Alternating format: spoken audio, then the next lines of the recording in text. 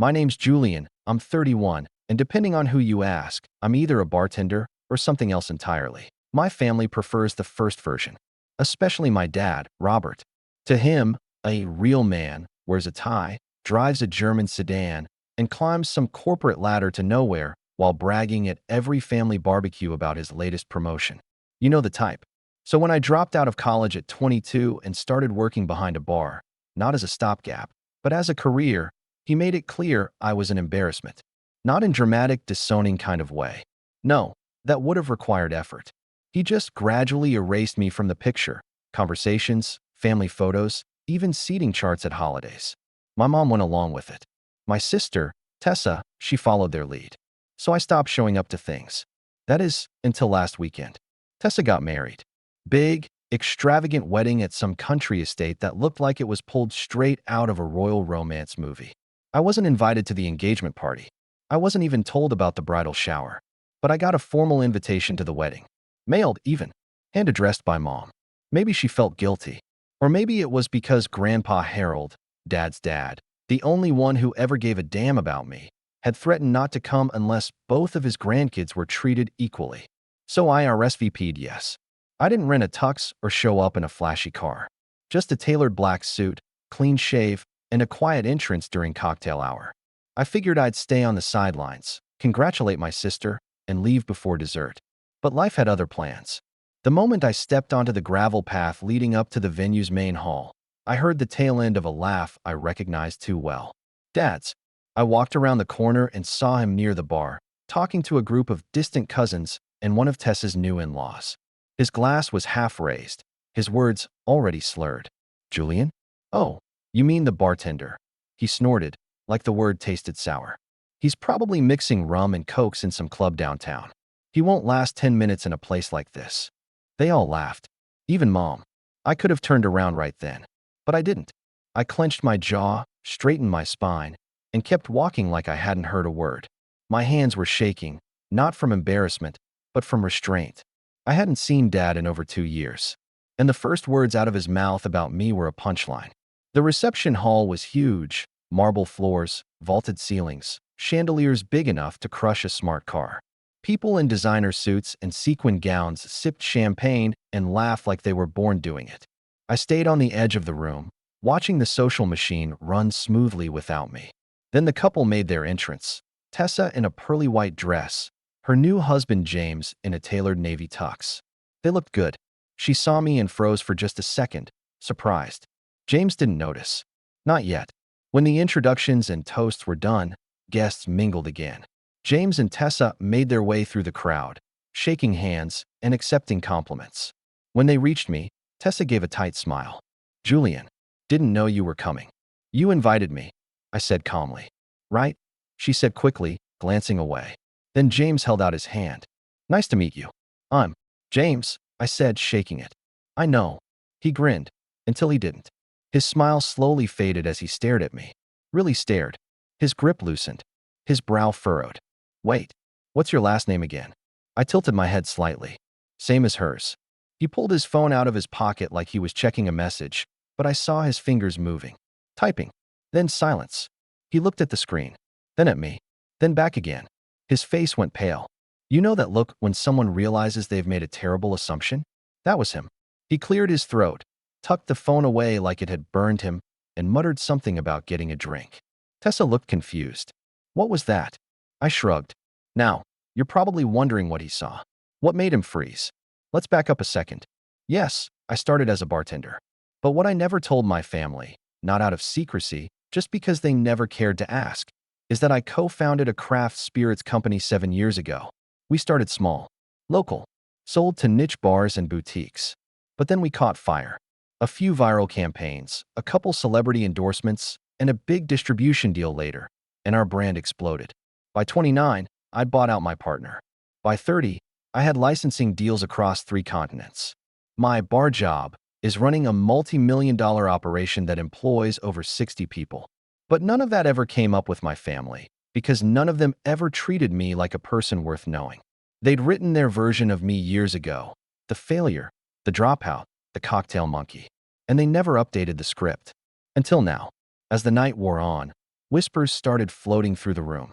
I saw James whispering to his brother, then to his father, then to a groomsman, who shot me a wide-eyed glance before quickly looking away. Somewhere between the salad and the main course, my dad approached me. "Julian," he said, his tone weirdly measured. "I didn't expect to see you here. You invited me." I said again, expression neutral. Right, right." He forced a chuckle. "So, still bartending, huh?" I could have let it go. I could have smiled, nodded, kept the peace. But something in me snapped. "I haven't tended bar in 5 years," I said. "But one of my products is behind yours right now." Asked the bartender. "The tequila in your glass? That's mine." He blinked. "What?" "I own the company that makes it." He laughed. "It wasn't real." "You're joking." I didn't answer. I just walked past him and up to the bar, where the bartender was stacking used glasses. I waited until he noticed me. "Hey," I said. "You guys using Calyx for the house tequila?" "Yeah," he said, lighting up. "Calyx Blanco. Smooth stuff. You tried it." "I'm the founder," I said quietly. His eyes widened. "No way." I nodded once. "Way." Dad had followed me. He heard every word. Behind me, I could practically feel his worldview cracking like ice under pressure. And that's when things really started to unravel. It didn't take long. I left Dad at the bar and returned to my table. I hadn't even sat down fully before I saw him across the room, whispering urgently into Mom's ear. Her eyes flicked to me, then to the bartender, then back to Dad, and I saw her face go tight with confusion, like a rug had just been yanked out from under her. She stood up straight, smoothed her dress, and started toward me with that passive-aggressive smile she always wore when she was about to pretend nothing was wrong. "Julian," she said as she arrived, brushing invisible lint from my lapel. "What was that little joke you were telling your father?" "No joke," I said flatly. "He asked if I was still bartending." I told him the truth. She blinked at me like I'd spoken in code. "You own that liquor company?" "Calyx." "Yes. But you never told us." "You never asked," I said simply. Her lips thinned. I could see her trying to calculate how to walk this back. She glanced around, noticing the subtle looks being thrown our way now.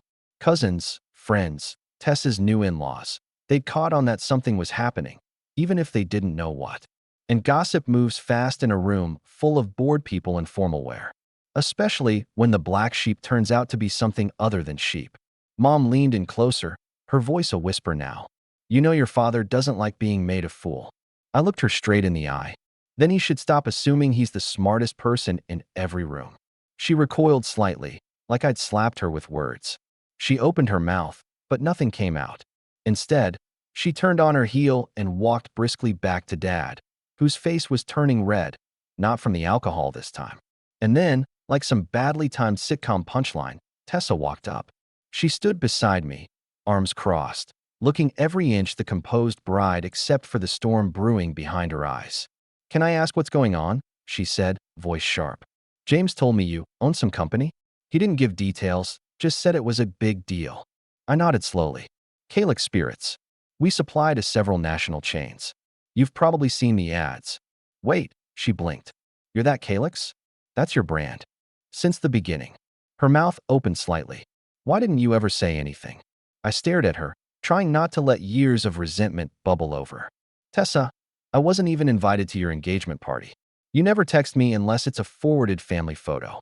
And last Christmas, you posted a picture captioned, 'The whole fam together again.' And I wasn't even in it." She flushed. I didn't mean anything by that." "Sure," I said, voice soft. "But that's the point. None of you ever meant anything by it. That's just how it always was." She didn't respond. Just stood there in her overpriced wedding gown, suddenly unsure of which side of the social dynamic she stood on. And right then, James returned. He was pale again, holding his phone like it had started bleeding. He said to Tessa, glancing at me like I might evaporate. "Can we talk?" She frowned. "What's wrong?" He looked at me again, then leaned in and whispered something into her ear. I couldn't hear it, but I saw her expression change. Her jaw dropped. Her eyes darted to me, back to him, and then down at the phone he held up.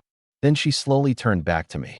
"You're on Forbes?" she asked, her voice cracking halfway through the sentence. I nodded. "Made the 30 under 30-foot list 2 years ago. There's a video too." James looked like he wanted to melt into the floor. I didn't know who you were when I shook your hand. I thought you were just a bartender." I offered. He nodded awkwardly. Sorry. That's when the rest of the room started catching up. I saw a bridesmaid whisper to a groomsman. A cousin pulled out his phone. Then another. And another. I watched as one of them tapped through images and suddenly froze, eyes wide. He turned the phone around to show someone else. My name. My photo. An article headline. The bartender who built a liquor empire. And just like that, I wasn't invisible anymore. People started approaching. A few politely at first, soft congratulations, questions about how I built the business, whether I was expanding internationally. Then the opportunists came. Cousins I hadn't seen in years. Aunt Meredith, who once told me I was wasting my potential. Even Uncle Greg, who'd laughed the loudest when Dad called me a failure, now shaking my hand like we were old pals. It was like I'd stepped into an alternate reality. But the best part? The face Dad made as he watched it all unfold from the edge of the room. He looked like a man watching his own movie, except he was no longer the protagonist. He wasn't even in the scene. Mom kept trying to whisper things in his ear, but he waved her off, too stunned to form a coherent sentence. His glass was full again. He wasn't drinking it. I didn't approach him. I didn't need to. Instead, I answered a few more polite questions, offered a quiet goodbye to Tessa, and slipped out just before the cake cutting. I didn't need to stay. My presence had already done what it needed to. But what happened after I left? That's the part that really stings, for them. Anyway, I didn't expect what came next. Honestly, I thought I'd made my exit clean. I wasn't looking for some dramatic showdown or a mic drop moment. I just wanted them to see me, really see me, for once in their lives. Not the dropout. Not the family disappointment. Just me. But it turns out, you can't just drop a truth bomb like that into a room full of egos and expect the dust to settle quietly. The next morning, I woke up to 10 missed calls from an unknown number. I figured it was a telemarketer until I checked the voicemail. It was James. Hey, Julian. It's James. Sorry to call so early. I think we should talk. It's about your dad. I sat up in bed. The next message came a few minutes later. His voice was quieter this time. Listen, I know things were weird last night, but something happened after you left. Your mom and dad, they kind of blew up. Like, in front of everyone. I didn't want to say anything until we could speak. Can you call me back? I didn't. Not right away. Instead, I pulled up social media. And there it was. A short, shaky video, no more than 20 seconds, posted by one of Tessa's friends. You could barely hear over the music, but the captions told the story. Father of the bride loses it during speech, storms out mid-reception. The comments were brutal. Apparently, sometime after I left, my dad had tried to give a toast. The kind he used to deliver at every family gathering, back when he still saw himself as the head of the table. But this one didn't land the same. Not with whispers flying around the room. Not with half the guests now Googling me under the table. One comment read, he started saying how proud he was of Tessa for marrying into such a promising family. Then someone, I think the groom's cousin, asked why he never mentioned his successful son. The guy turned red and just walked off mid-sentence. Another, heard someone say, at least the bartender made Forbes. I thought he was going to throw a chair. I couldn't help it. I laughed. Not because I was petty, though, okay, maybe a little, but because for the first time, the narrative wasn't his to control. He couldn't bury me under his disapproval anymore. I'd outgrown the hole. My phone buzzed again. This time it was a text from Tessa. Tessa, did you really have to humiliate him like that? I stared at it for a minute, then typed back. Me. I didn't humiliate him. I answered a question. The truth did the rest. She didn't reply. That same afternoon, I got an unexpected visitor. Grandpa Harold. Now, Grandpa has always been quiet, a man of few but weighty words. When I opened the door and saw him standing there with a paper bag and a tired smile, I stepped aside without saying a word. We sat in my kitchen. He pulled out a bottle, one of mine, and 2 glasses. I figured if I'm drinking your tequila, I should do it with the man who made it, he said. I smiled. I thought you didn't drink anymore. I make exceptions when my family finally gives me something to toast to. We sipped in silence for a moment before he leaned back in his chair. I saw what happened last night. Your father, he's not used to being second place. And he sure as hell isn't used to being wrong. I nodded slowly. He always wanted to be the loudest voice in the room. And now he isn't, Grandpa said. You didn't need to raise your voice. You just showed up. He looked at me with those clear, steady eyes of his. You did good, kid. That meant more to me than any apology from Dad ever could. But the fallout wasn't done. Later that week, a cousin I barely spoke to, Lisa, messaged me. She wanted to catch up, said she was thinking about switching careers and had always admired my work ethic. A day later, Uncle Greg emailed me a business proposal. No joke. Said he had a great idea for a luxury gin line and wanted to collaborate. I ignored both. But the real twist came Friday. I got a certified letter. At first, I thought it was legal. Maybe Dad trying to pull some stunt. But no, it was from James. A formal, handwritten letter. He wanted to meet. Privately. No Tessa. No family. Just the two of us. And he made it clear in the letter. There's something you deserve to know. About your family. And your father. I read that line 3 times. Because up until that point, I thought the only thing I deserved was an apology they'd never give. But maybe, just maybe, there was more. Something hidden. Something they didn't want me to find out. And suddenly, the story wasn't over. It was just beginning. I didn't rush into that meeting with James. I let a few days pass. Partly because I wasn't sure I wanted to know what he was holding on to, and partly because I needed time to think. After everything that had happened, the wedding, the whispers, the flood of fake smiles and sudden interest, I wasn't sure if I was ready to dig any deeper into the family I'd spent a decade keeping at arm's length. But eventually, curiosity won. I texted him a time and place. A small coffee shop in the city, the kind of place where nobody would recognize us and no one would eavesdrop. James was already there when I arrived. Still in a crisp blazer, hair neat, posture straight. He stood when he saw me and offered a cautious smile, like he wasn't sure which version of me would show up, the quiet disappointment, or the man whose name had made headlines that week. I sat down across from him and didn't waste time. What do you want to tell me? He hesitated, glanced around, then leaned in like we were trading secrets in a spy film. Your dad, he said, wasn't just trashing you at the wedding. He's been doing it for years. I raised an eyebrow. Yeah, I figured that much. No, Julian, he said, lowering his voice. He's been deliberately lying. To everyone. Me, my family, Tessa, even your own extended family. We thought you were barely scraping by. Like you were working odd jobs, living in some dingy apartment above a dive bar. I felt my jaw tighten. And you all just believed him? He didn't flinch. Yes, because he said it with conviction. And because every time your name came up, he'd change the subject, or laugh, or tell some story about how you couldn't hold a job, or never finished anything you started. That part wasn't new, but it still hit like a slap. James continued, but after I looked you up, after I realized who you actually were, I asked Tessa if she knew. She didn't. She was floored. And when she asked your parents, well, he took a breath. Robert didn't deny it. He just said, he's not like the rest of us. I had to protect the family from his failure. I stared at him. Protect the family? I repeated. From me. James nodded. It was insane. He acted like you were some stain on their legacy. But the truth is, I think he knew how big you were becoming.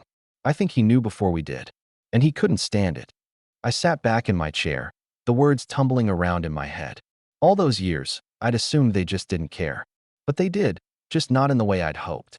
Dad had been actively rewriting my story behind my back, turning me into a cautionary tale to make himself look better. A failed son.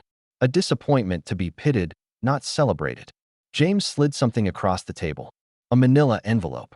What's this? I asked. Proof, he said. Emails. Messages. Even one where your mom told my mom you were working at a rundown bar near Skid Row. That was just last year. She actually said you were one missed paycheck away from asking for help. I opened the envelope slowly, pulling out a stack of printed emails and screenshots. I skimmed through them, each one more ridiculous than the last. Flat-out lies. Fabrications.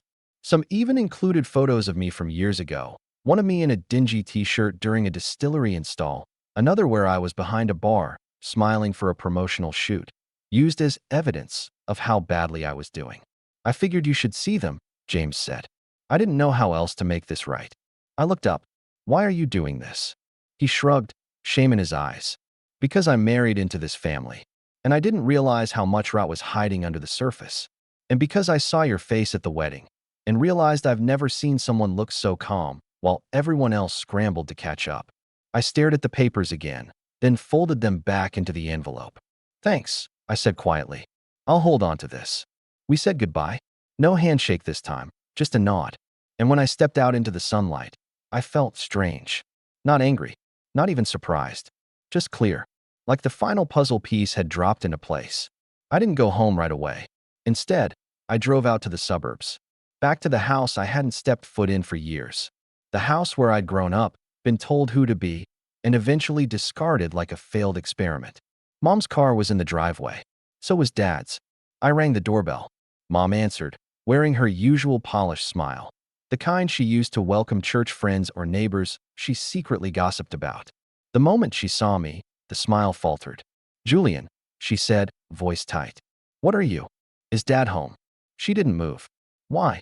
"I want to talk." A moment passed. Then she stepped aside. "He's in the study." I found him at his desk, reading something on his tablet. He didn't look up when I walked in. "Look who finally decided to come home," he muttered, still scrolling. "I'm not here for a reunion," I said. "I'm here to tell you that I know. About the lies. The stories you've been spreading. About the emails. The fake narratives. Everything." He froze. Slowly, he set the tablet down and looked up at me. "I don't know what you think you know." I tossed the envelope onto his desk. He didn't open it. "You spent years trying to erase me," I said, keeping my voice calm. "But I didn't disappear. I built something. Something real. And you couldn't handle that, could you? Because it meant admitting you were wrong." He said nothing. "You told everyone I was a failure. That I was barely surviving. That I'd embarrassed the family. But the only embarrassment in this house is the man who thought lying about his own son made him more respectable." His mouth opened, but I cut him off. "I'm not here to argue. I'm not here to scream. I'm here to let you know that whatever twisted version of me you've created, that ends today. The real story is out. And you can either accept that, or spend the rest of your life pretending you didn't raise a man more successful than you'll ever be." He flinched at that. "Good. I'm done trying to earn your respect. You lost the right to give it." With that, I turned and walked out. Mom tried to stop me in the hall, stammering something about how things got misunderstood. I didn't even look at her. I left the house for the last time. That was 8 months ago. Since then, things have shifted, not because I forced them to, but because I stopped playing along with their script. Tessa reached out a few times. Apologies, long messages, guilt-ridden paragraphs about how she never realized how deep the favoritism ran. I responded politely, but I didn't go out of my way to repair anything. Maybe one day, maybe not. James and I stayed in occasional contact. I respect that he told me the truth. I don't trust him, not fully, but I respect him. As for my parents, I haven't heard a word. No calls, no emails, nothing. But a few weeks ago, I got an alert that someone had requested a meeting with my company's legal team. An anonymous inquiry about licensing fees and brand use, traced back to a small consulting firm run by, you guessed it, Uncle Greg. I declined the request. That same day, I donated a large sum to a nonprofit that funds hospitality scholarships for low-income students. The donation was made in my father's name. A week later, I got a letter in the mail. No return address. Just 2 words inside. "Why?" I smiled. "Because some legacies you inherit, others you build, and mine. Mine is better than anything they could have imagined."